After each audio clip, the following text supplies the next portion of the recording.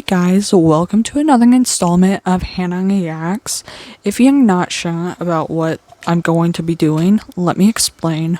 Essentially, a lot of people feel uncomfortable watching these types of videos alone and feel a lot better when there is someone reacting to them.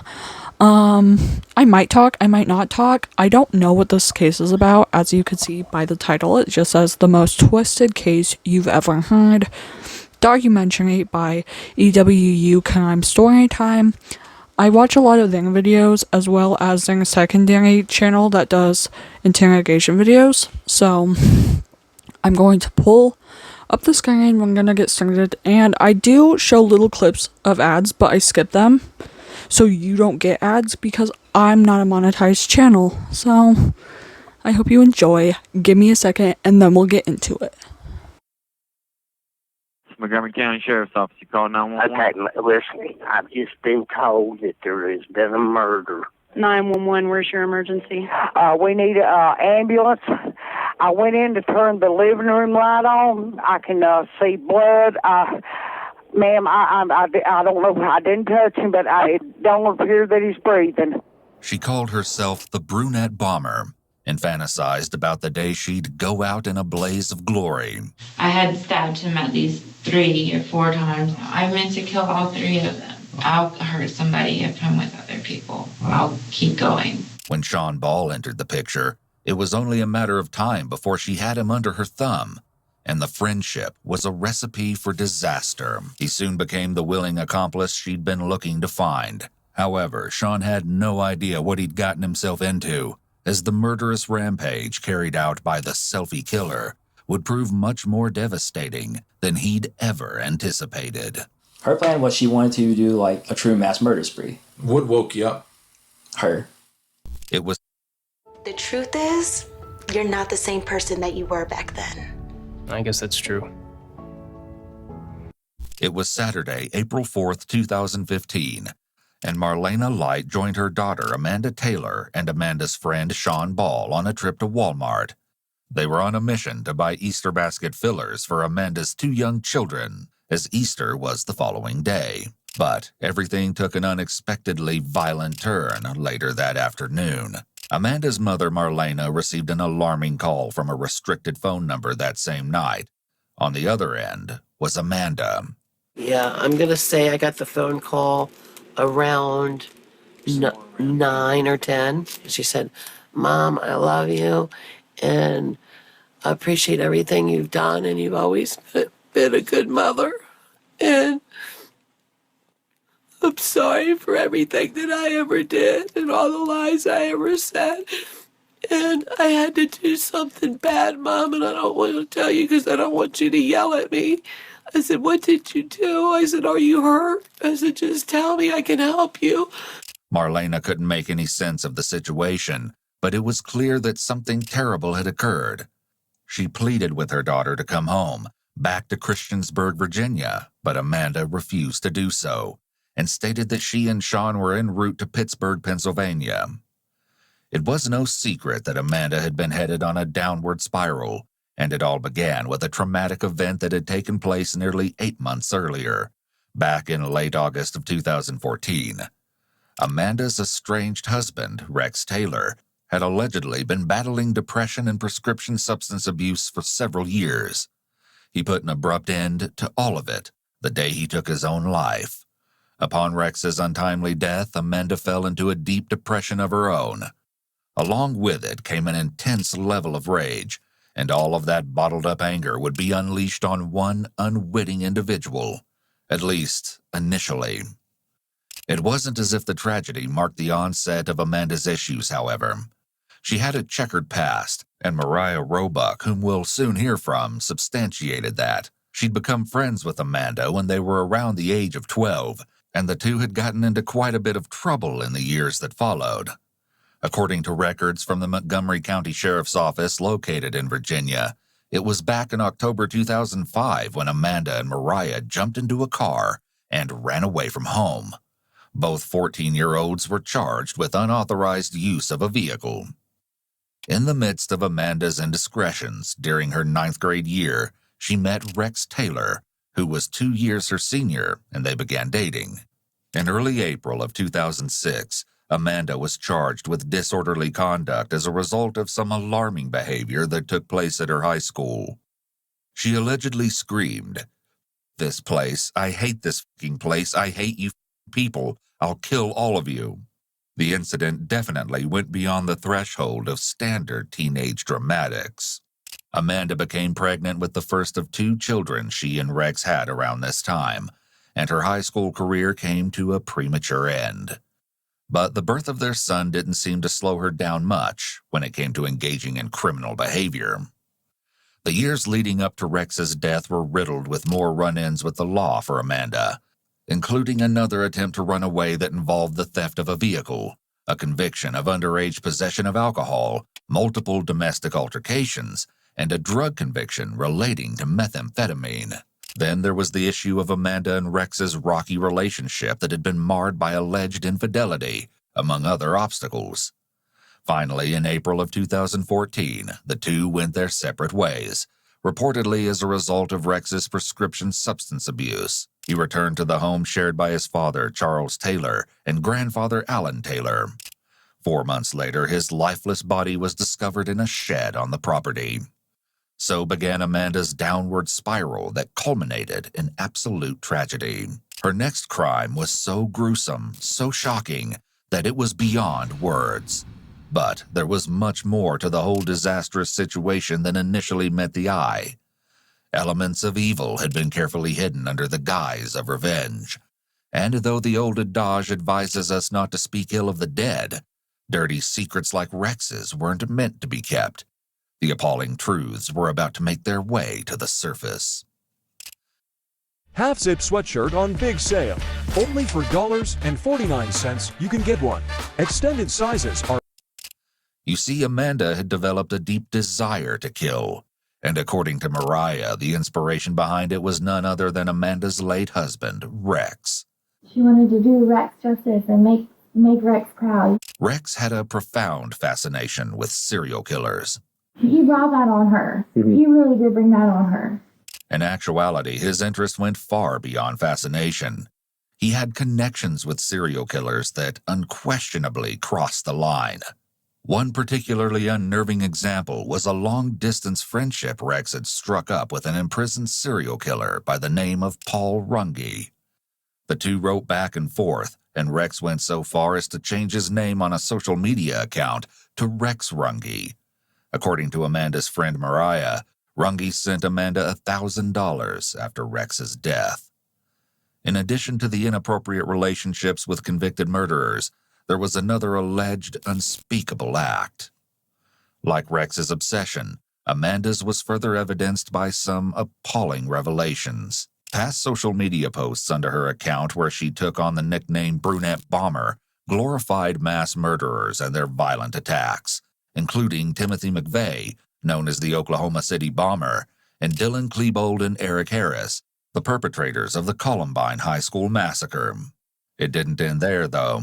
According to Amanda's parents, Marlena and William Light, Her favorite movie was that one where those two boys went in and shot up that school and then themselves. My dad said that on her Facebook she's been communicating with people from ISIS. She had 25 people from ISIS. Wish her a happy birthday on the 27th. All kinds of weird, strange people. All the evidence seemed to be there. If only someone would have acted. It was clear she aspired to be one of those merciless killers she so idolized.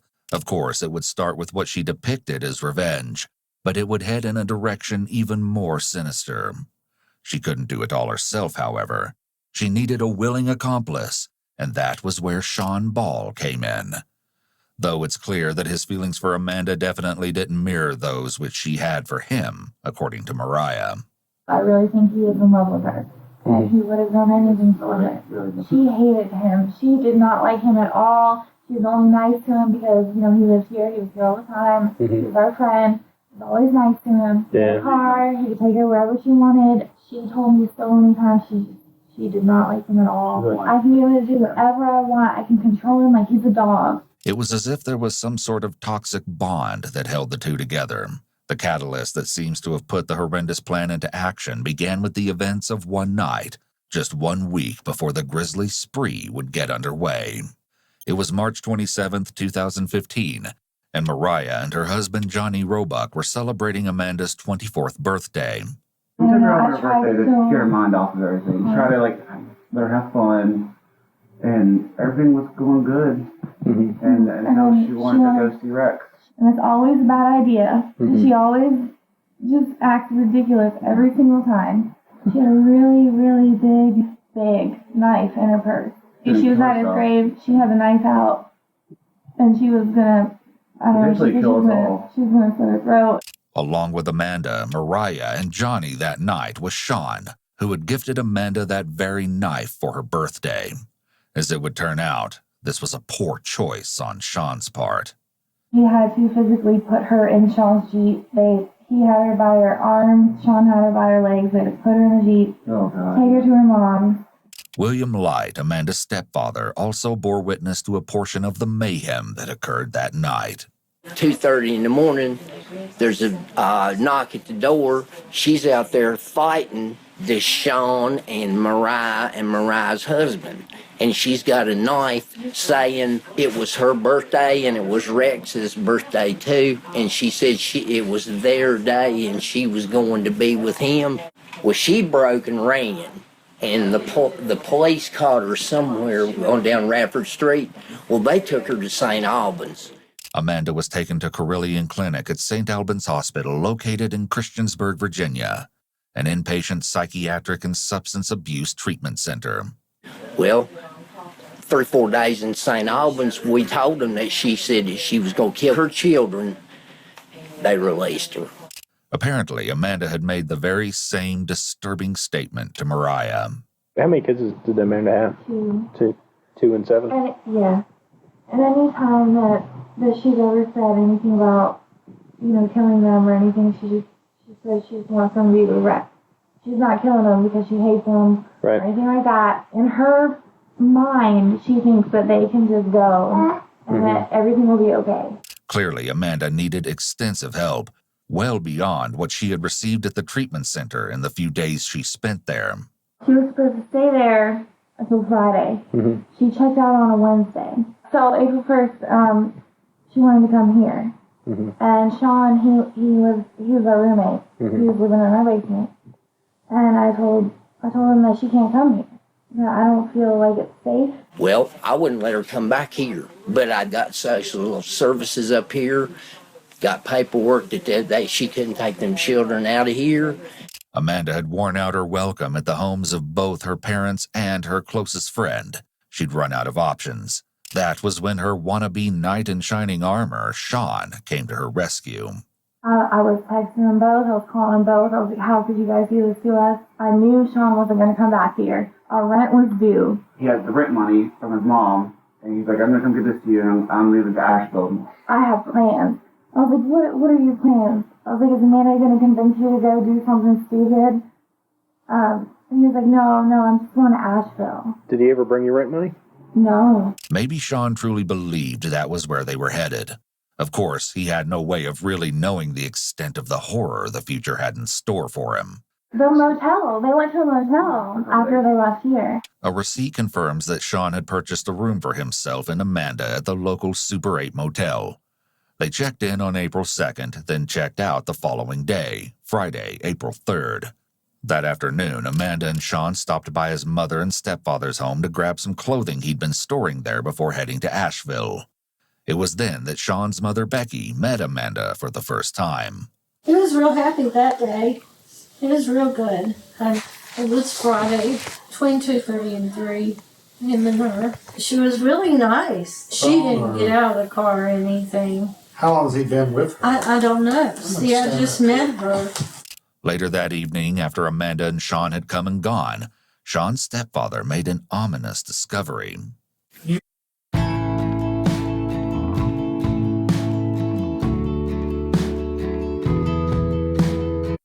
You mentioned y'all were missing some guns. But we leave our door open during the day because I'm just out the road. Anybody could have got them, though. It wasn't just anybody who'd taken them, though. Now, was your safe broken into, or It was open. was that something you would notice right away? No, not really. Because they pushed it back, but it hadn't locked. And we never get in it, because Roger didn't hunt No, it. see, the mistake I made was not changing The code. it was just like it came from Walmart. 1, 2, 3, It's 4, got 5, code. 6. Oh, okay. They'd never anticipated the need to change the code, unfortunately. The following day, the horrendous plan came to fruition, but it wasn't until later that night that the ghastly discovery was made. 911, where's your emergency? We need an ambulance. I went in to turn the living room light on. I can see blood.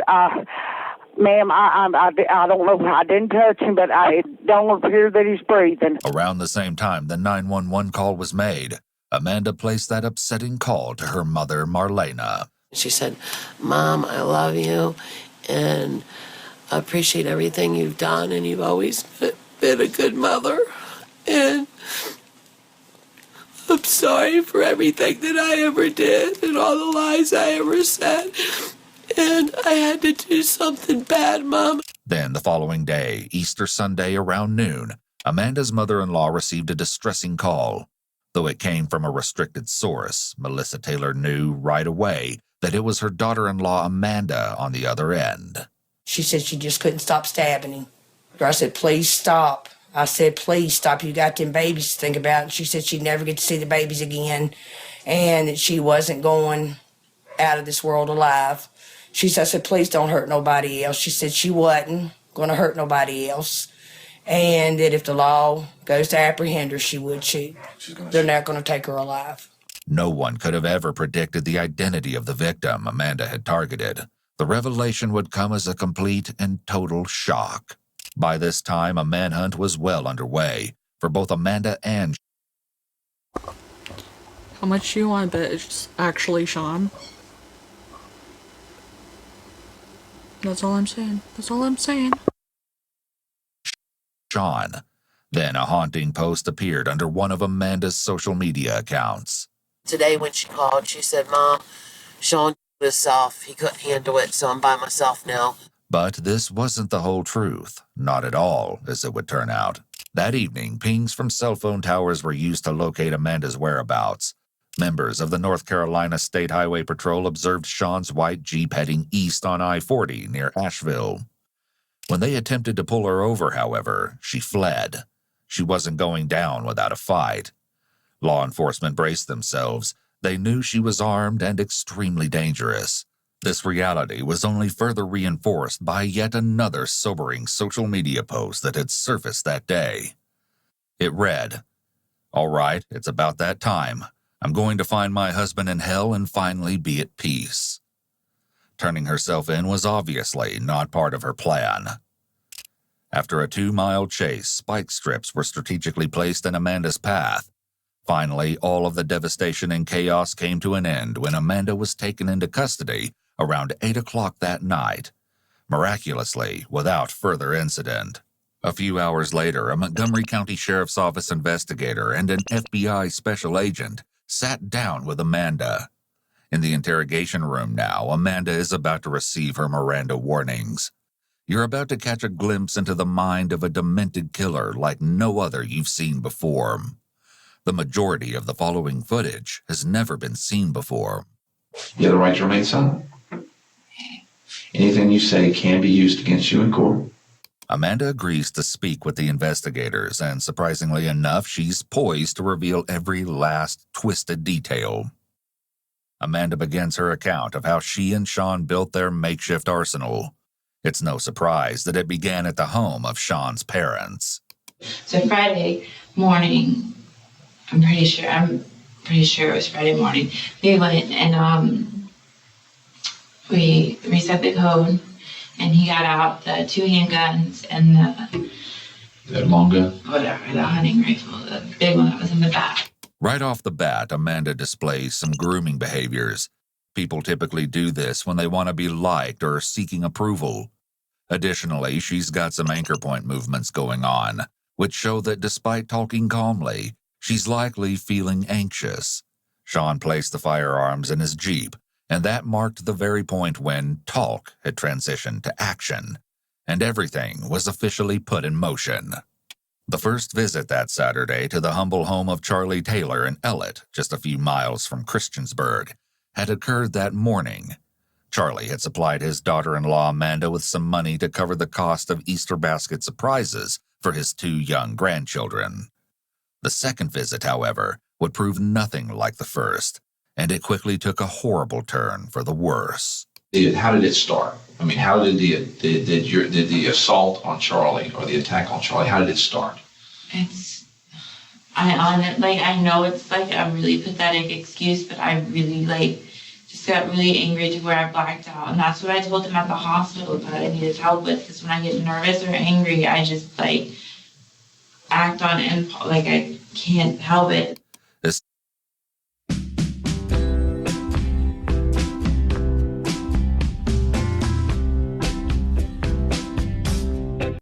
I can't help it.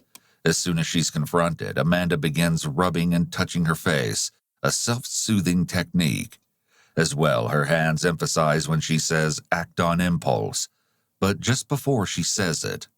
This is a clear cluster of anxiety, but also shows that she's experiencing brain and body mismatch, since her motions don't match her words. This indicates that what she's saying here isn't the full story. Something is missing. I killed Charlie at 3:27. I purposely did that because that's mine and Rex's day. I think he just seeing him crying and sobbing over it. And I do remember, he's like, I wish I was with Rex. I was like, you wish you were with Rex. And then Did you take the knife out then? Is that when you took it out? Okay. So you stabbed him, you don't know how many times you stabbed him? I have no idea. Okay. Do you remember where you stabbed Charlie at, where the places that you stabbed him at? I tried really hard to stab him in his chest. I know there's probably defense wounds. He put his arm up. Oh. I'm pretty sure I stabbed his face. I was mainly trying to stab his chest. I know Sean got his arm with the crowbar and I think his head. Okay. And there was a lot of blood up against the walls. The knife and the crowbar. All right. Did you guys go wash up at any place? I mean, did you get the blood? How did you get the blood off of you? I had there was none on me. I had the white shirt. There was a shirt still in the Jeep. It was just a white shirt and black pants. And I got one little drop on me. But it was mainly, I guess, since the knife was so big. Yeah. That it didn't really come back out on me or something. I don't know. But there was a bottle of Febreze in the Jeep, and I just sprayed it on there, and I wiped it with a hotel washcloth that I had still in the Jeep. Did Charlie ever stand up, or was he just stayed seated on the couch? Oh, no, he couldn't get up. He couldn't get up? The only self-defense was him lifting his arm. That's it. Okay. Because we found his class ring on the floor. Yeah, he flopped, did you guys see it? Yeah. His body, he flopped over that, so I guess it fell off then. Okay. As coldly as Amanda speaks about the slaying, the autopsy would later reveal that Charlie had been stabbed with a large bayonet-shaped knife a staggering 31 times. Needless to say, it was a definite case of overkill. Shortly after Charlie was dead, Amanda and Sean fled the scene. We drove to Tennessee, and we found a hotel. We stayed at it was a really a disgusting hotel. It was the not Ramada or something, Armada. Armada. Yeah, we stayed there. Where was it in Tennessee that you go to? Do you know what town it was? It wasn't too far from Bristol. It couldn't have been.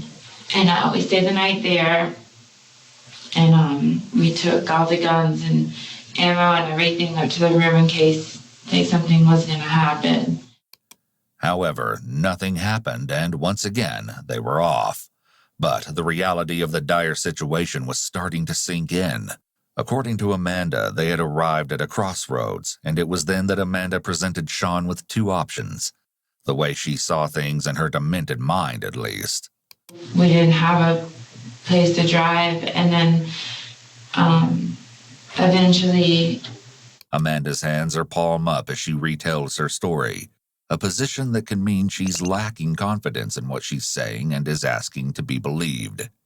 As she speaks, Amanda uses a lot of ums. Filler words when someone is in the middle of a narrative can be a sign that she's thinking about what she's saying and leaving parts of the story out. I told him, I'm like, if we're going to survive, we're running out of gas. We have no money. All our money was gone. Like, we're going to have to kill people and get it, or we're going to turn ourselves in. What did he say when you said that? Nothing. According to Amanda, Sean was writing a farewell letter to his family as he was planning to take his own life. You'll recall Amanda's social media posts that referenced Sean's death and her mother's account of the brief conversation on the subject that ominous Sunday. Today when she called, she said, Mom, Sean himself, he couldn't handle it, so I'm by myself now. I told her today that Sean killed himself. Well, the information Amanda had provided wasn't true. Now that she's in custody, she gives investigators the real story, and it was nothing like they expected. He took all my medicine. From when I went to the hospital, I didn't take any of my medicine. There was Klonopin and then 3 other like depression, anxiety medicines that you're only supposed to take at bedtime. I don't know if he took all of it, but he was really messed up. And I remember going on the Blue Ridge Parkway because I wanted to be somewhere where no one would see me. I couldn't just pull over and shoot him. He was just making me so mad because the point of killing Charlie was over him getting Rex on drugs and me losing my husband because of drugs. And then he's going to sit there and get so messed up that we can't even get back home. I literally went in a big circle through these states because I didn't have him helping me or anything. It's bizarre that Amanda claims Sean made her so angry by attempting to take his own life with her medications, but that she then decided to take his life herself. She's made a twisted connection to losing her husband to drugs with her justification of wanting to kill Sean. It's clear that she has a victim-blaming mindset and doesn't take accountability for her own actions. Amanda eventually exits the Blue Ridge Parkway, which consists of 469 miles of roads that wind through scenic areas of the Southern Appalachians in both Virginia and North Carolina. But the purpose of the detour certainly isn't to marvel at the beautiful scenery that surrounds them. I had got off and I turned down, I just remember taking right and then I curved left down there. I'm pretty sure that's how it was. I know I didn't turn left. I went down that road. It was just a long road, nothing but trees and there was no buildings, no signs or anything. It was just a long road and there's a couple people running and stuff. So I kept driving. I wasn't that far off of the turn, I don't think, at all. And I just remember he got up and he started getting sick. And I just got really angry at him for doing that. And so I got out and I walked around the car, around the back of the car. I pulled off to the curb. It was a dirted area, I think.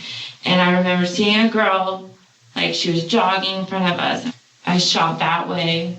And then I remember seeing her fall. Oh. And I just remember Sean saying that gun was super loud. So that's the only reason I shot at her is because I was scared that Okay, so you shot her. Freak out and flag down a car or something. Amanda's ability to target an innocent girl running away from her further demonstrates that she is a cold-blooded, psychopathic murderer. She has no qualms about potentially murdering a stranger. After he heard the gun, he kind of came to a little better. And did you see where the bullet impacted? Or you just saw her fall down? I didn't pay attention to her. I just wanted to shoot Sean. Okay. In a case of horrific irony, Amanda turns a firearm Sean had given her onto him. I aimed for his head and his face. Okay. To shoot him in the face. You were intending to shoot him in the face or the head or whatever. Yeah. Okay. And you said then he fell down onto the ground outside the car? He fell to his side.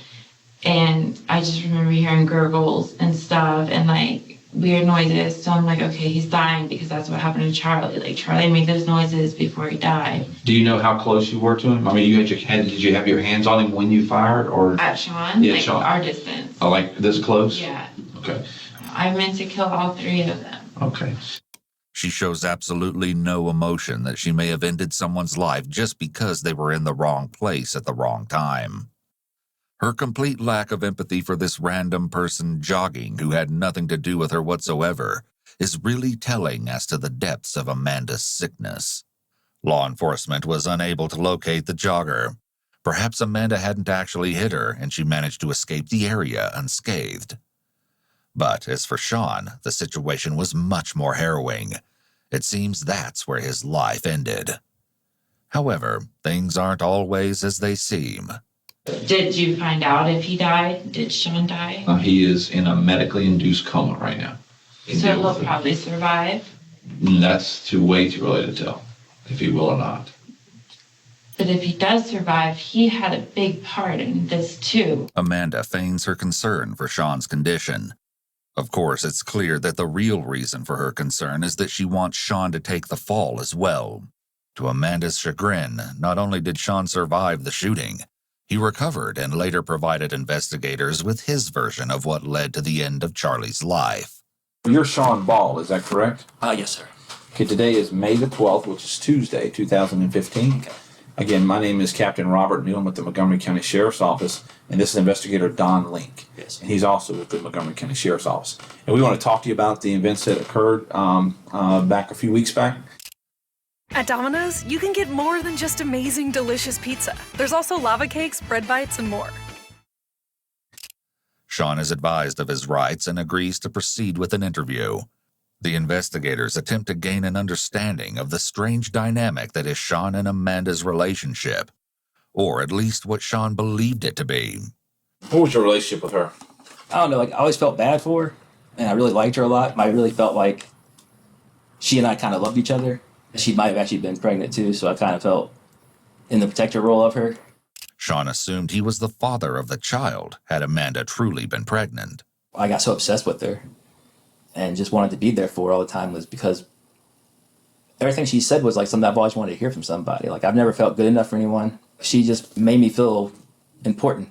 I was that guy that she was waiting for since her husband died. So you were so infatuated with her? Yeah, I don't know, I just kept, and her friends knew that too. Like, she was, like, one of her best friends sent a text to my mom even like multiple times saying how Amanda would joke to her how she could play me. It appears that Amanda saw her relationship with Sean solely as a means to an end, especially since he had a car. Amanda used his infatuation with her for her own nefarious purposes. Sean's claim that he and Amanda had an intimate relationship makes his feelings for her much more understandable. It also demonstrates how cold, calculating, and manipulative Amanda was.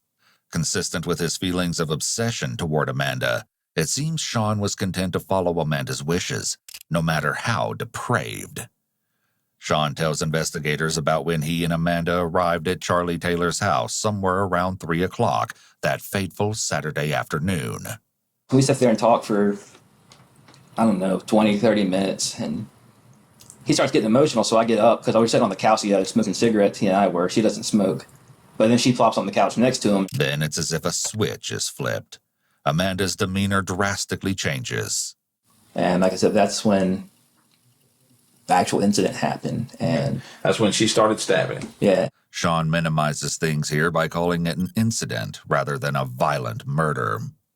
Guilty individuals do tend to minimize the actions of the crime. She suddenly went into a fit of murderous rage. However, she didn't entirely act alone. What happened? While she stabbed him, what happened? Tell me what happened. How did you get involved? Like I said, he reached up for her and was like trying to fight back, and I just started like hitting him. Though Sean is saying he hit him, he isn't mentioning that it was with a tire iron. He hesitates a lot as he speaks, making it clear he's thinking about what to say. Because like I said, I wanted to. It wasn't so much like I really wanted to kill. I mean, I knew it was going to happen. Like, I knew he was already like going for that, but I don't know, like I even like told her, I was like, he reached up for you and I just lost it at that point. Like, I just blacked out and started swinging because I saw him going for her, and like in my mind, I still, like, stupidly, I was still her protector though, like in my mind. I hit him in the shoulder and the forearm because he reached up. Okay. What happened then? What happened to him? I think she stabbed him like 1 or 2 more times after he was still kind of like flinching, and she stabbed him a couple more times in the chest, like rammed it in pretty good. like right through the, I want to say like the rib, like going towards the heart. I had stabbed him at least 3 or 4 times, then Sean started hitting him too, basically after he was like dead. Well, not dead, but dying. Dying, okay.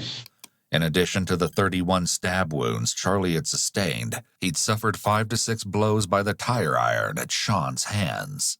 Murdering Charlie was just the beginning, or so Amanda thought. Did, once that happened, you said he went through the wallet, got the money out, $200? Mm-hmm. Or $220? Yeah, it's like around that. Then what happened? That's when she started taking pictures. So you saw that one picture of her? With the knife in her hand. Okay. In front of Charles. She showed it to me when she took it. The following day, they got back on the road, but that's when things really started sinking in, according to Sean. I was so guilt-ridden at that point, like, I had just decided I had taken like all the pills that she had, like every last one she had in those bottles I emptied into my stomach with 2 bottles of water. Sean blacked out and Amanda took that exit off the parkway. What woke you up? Her. Like, I don't remember where we were because I was kind of in a haze, but she told me I had thrown up on myself. All I remember at that point was like this most blinding pain like I've ever felt. Like, I don't know what happened. Like, I just remember I didn't hear a gunshot or nothing. Like, I just went to the ground and felt like the most immense pain that I've ever felt. I don't know if she shot me once, shot me twice. I mean, I got 3 holes in me. I remember just being on my back on the ground and like just screaming. And then she drove off. I do remember that part because, like I said, I lost color in my sight, actually. Like, I don't know how to describe that. Like, I couldn't see anything hardly, but I remember her like waving goodbye to me, and she just drove off in my Jeep. It was mind-blowing how quickly the tables had turned. Sean had shifted from willing accomplice to target of Amanda's unrelenting wrath. He never said he couldn't handle it, I don't think.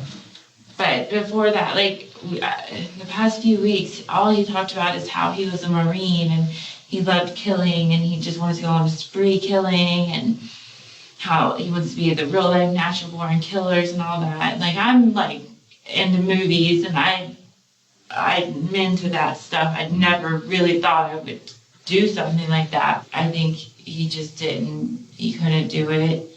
Again, her hands go palm up when she's talking, along with her hand gesture mismatching with her words. What's most interesting, though, is that she suddenly starts anxiously stuttering here, which she hasn't done before. Like, I'm like into movies and I'm into that stuff. I never really thought I would do something like that. I think he just he couldn't do it. She suddenly seems desperate to say the right thing. Amanda also grooms her hair again. She wants to be liked and be believed in this moment. The only reason individuals in interrogation worry about being liked is because they're trying to be deceptive and want their deceptions believed by the officers. People telling the truth don't need to be liked. Here, however, it seems that Amanda isn't being entirely truthful. She had made other plans. And seeing as how Sean was a combat veteran and considering all the atrocities he'd witnessed during his tour in Afghanistan, Amanda assumed he'd remain unaffected by his part in Charlie's murder.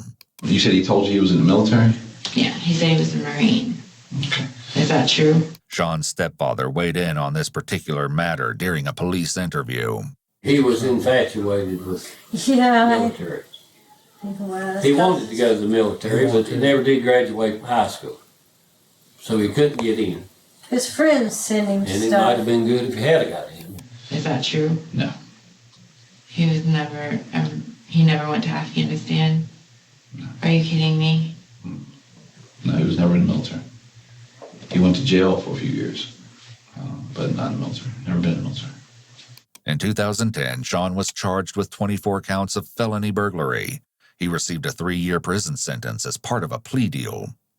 Okay. He gave my son like all sorts of like stuff that apparently came from Afghanistan. He lied about a lot. He lied that's I don't want to even say anything about that. It just makes me really mad. It was all just another lie. When it seems as if the loose ends have been mostly tied up, the investigator introduces a whole new topic into the mix. Have you done anything like this before? mean, like, have you ever done anything like this before? Kill people? Yeah. No. Were you ever present when someone else was hurt or killed?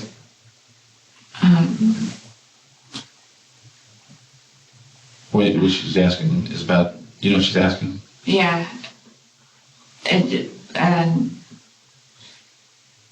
No. No. The question as to whether she was ever present when someone else was hurt or killed seems to catch Amanda off guard, and she struggles to respond. Although ultimately her answer is no, her reaction seems very deceptive, and her hesitation implies yes. She's clearly very anxious at this point in the interrogation, and this line of questioning is very uncomfortable for her. You took a long time to answer that question. Is that because you just don't want to tell us? I won't talk about it. No. I know it might help me, but Well, just give me a hint. it's something that Rex did. Something Rex did. Yeah. Well, are you worried that you'll hurt Rex's memory or something? I just gave him my word, and I'm not gonna. Right. Rex kept all his secrets. There's plenty of bodies Rex knew where Bill Snuff, whatever his name is, Rex knew a lot of stuff, and he always kept his word. One can't help but wonder if there had been other victims, in addition to the young woman described by Amanda, who had allegedly suffered a brutal beating before Rex took his own life. A horrific possibility, but certainly not implausible. Clearly, she'd planned out what to say about killing Charlie and Sean's attempted murder, but this line of questioning wasn't something she anticipated. But as it turns out, this particular investigator has known of Rex's unsavory interests for quite some time. My specialty is in, well, I don't think I really introduced myself other than you may have met me a while back. I command the Criminal Investigation Division for the Sheriff's Office. I'm also a task force officer with the FBI. My specialty is in computer and network forensics and tracking people over networks. So you know. I know a lot. As the investigator says that he works in computer network forensics, Amanda's eyes shift. You can see her thinking about what this means and how much he might know. She has also gone completely still. I worked some stuff with Rex back before he died. And I knew Rex said, you know, the cases I worked with him, he talked about writing to all these serial killers and sending pictures of your kids to these killers and things like that. Did he tell you about all that? Yeah.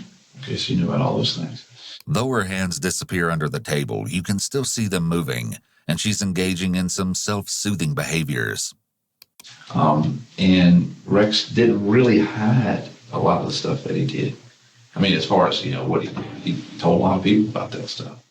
After a bit of careful prodding and some time to think, Amanda reluctantly reveals details of the act, an alleged brutal attack that had taken place a few years earlier. However, it's important to note that this story has never been verified, and there's no evidence that it ever occurred. It was some drunk girl that was from Blacksburg that was walking down when we lived in Ellett, and he picked her up and he beat her up pretty bad, and he left her there. I don't know what happened, but I don't know who she was. Did she live, die? You don't know. I didn't care. I didn't know. She was blonde and little, and she was she was our age. At the time, that was probably like 1920. Despite the fact that she'd intended for that horrific secret to die with Rex, she had no intention of allowing her own barbaric plans to fade away. Shortly after Charlie's murder and prior to the trek to Bristol, Sean and Amanda had visited a local Dick's Sporting Goods store and purchased ammunition. Sean provides further evidence that Charlie was indeed meant to just be the beginning. Her plan was she wanted to do like a true mass murder spree. Like she talked about going down the road and shooting at people or stopping at truck stops. And like when people aren't looking or something like that, she would just shoot or stab them. Any questions you got for me? What's going to happen now? Well, as right now, we're holding the warrants on you. Okay, there may be other warrants that will come down for you from North Carolina. Right now, you have the Montgomery County Sheriff's Office has you charged with second-degree murder, or you will be held on a fugitive warrant here for the homicides that occurred in Virginia. If they find this woman and she is dead, you could be charged with her murder in the federal system because it happened on federal lands. Her murder, I didn't mean. Well, you meant to kill her, but Now, if we find her, she's still alive, Yeah. then we wouldn't charge her federally probably for her, because she wouldn't be dead. Okay. And that's why, I mean, they're still looking for her. I want to go to prison and get the death penalty, so I will do whatever I have to do to get that. Well, I don't want you to. And hopefully, if I help you, you guys will help me with that. Well, I mean, again, I'm going to talk to the Commonwealth, and based on what you said, there's definitely premeditation can occur minutes before the crime. Perhaps the most baffling element of this interview is Amanda's claim that she hopes to receive the ultimate punishment. However, it's not especially believable that she truly feels this way. Had Amanda genuinely wanted to end her own life, she could have done so before being apprehended by authorities. This just reinforces the edgy persona she tries to convey. The same one seen in the photos she posted to social media after murdering Charlie. And it sounds like you've planned this thing to kill You're him. gonna see my Facebook, so you'll. I already know. Yeah, I mean, I've seen your Facebook, and I've seen your Instagram, and you've pretty much said what you did and why you did it, and you intended to do it. So, you said in here that you intended to do it, I don't want, not like, I mean, in a cell, will I be alone? I can't. Well, based on what you're telling, I mean, we're going to, the people that are out here, you're going to get their intake process. You'll go through a screening, an assessment of your danger to others and your. I'll hurt somebody if I'm with other people. I'll keep going until you guys are done with me. Well, let's don't do that. If you don't do that. Sorry to say that, but that was my goal, was just to do what I need to with Charlie, and then I'm done. So I'll do what I have to do. Well, let's don't kill anybody. Okay, try not to do that. But thankfully, the dream of mass murder will remain just that for Amanda. A jury deliberated for less than 30 minutes before finding her guilty of first-degree murder. In mid-November of 2015, after an unusually expeditious trial, she was sentenced to life in prison. As for Sean, he opted for a plea deal and was sentenced to 60 years for first-degree murder, with nearly 19 of those years suspended.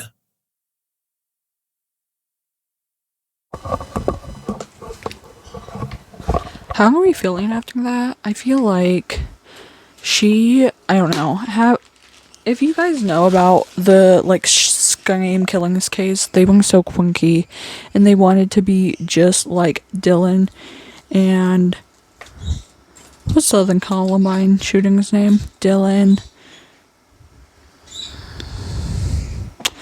is lost on me, but if you know about the Scream Killings, they fantasized about being like the Columbine shootings with the whole natural selection thing and the mass murder. So I'm kind of trying to be edgy as well and being like, I will kill until I cannot kill anymore. Girl, pack it up. Pack it up. I don't want to hear it. No one wants to hear it because, frankly, you're going to jail. And I hope she didn't get the death penalty because, you know what? She deserves to live. She deserves to sit in her tiny little cell and live with the fact that she killed a bunch of people.